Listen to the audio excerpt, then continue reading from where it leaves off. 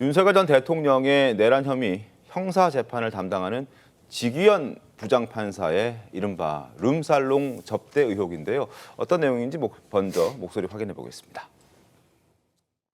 재판을 하고 있는 어떤 판사가 룸살롱에서 접대를 받았다라고 하는 매우 구체적인 제보를 받았습니다. 그 룸살롱에서 1인당 100에서 200만 원 정도의 비용이 나오는 룸살롱에서 여러 차례 술을 마셨고 단 한 번도 그 판사가 돈을 낸 적이 없다, 접대를 받았다 이런 제보가 있다면 법원행정처는 어떤 조치를 취해야 됩니까? 당연히 이제 우리 독립된 기관인 윤리감사실에서 조사를 할 것 같습니다.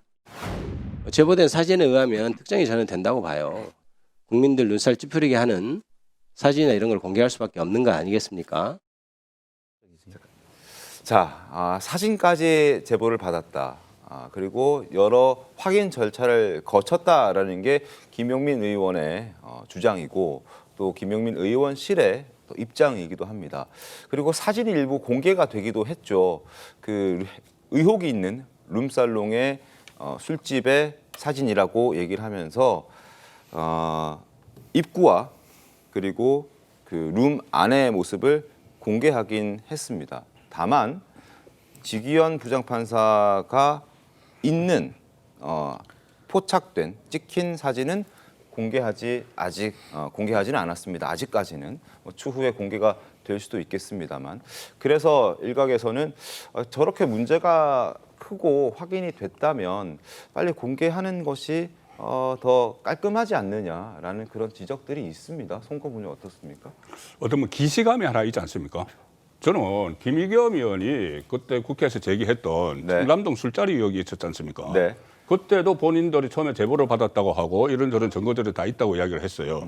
그런데 그 결국은 나중에 허위로 다 밝혀졌죠. 네. 밝혀졌는데 또 공통점이 뭐냐 하면은 그 면책 특권을 이용을 하는 겁니다. 상임위에서 저 이야기를 했잖아요. 네. 그때도 김의겸 의원도 마찬가지로 면책 특권을 이용해서 상임위에서 이야기를 했어요. 네. 만약에 확실한 증거들이 있다고 하면은 뭐 기자회견을 하든지 해서 공개하는 것은 맞죠.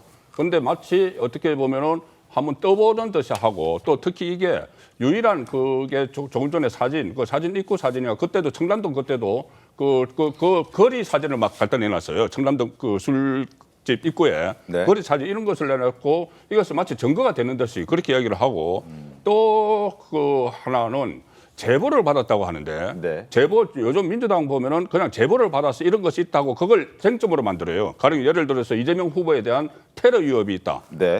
그 제보를 받았다.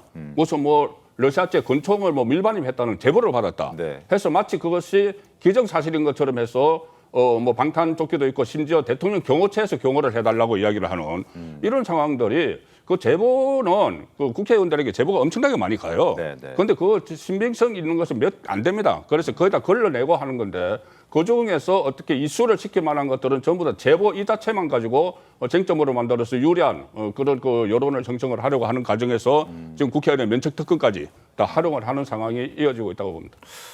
조윤선 변호사는 혹시 그 공개되지 않은 사진을 혹시 보셨습니까? 아니, 저는 뭐 실제 사진을 본 건 아닌데요. 그 사진 자체를 공개하는 그 시점에 대해서도 민주당 입장에서는 법원에서 그 지기현 판사에 대해서 감찰이 들어가면 제공을 하겠다라는 입장이기도 하죠. 네. 현재로서는.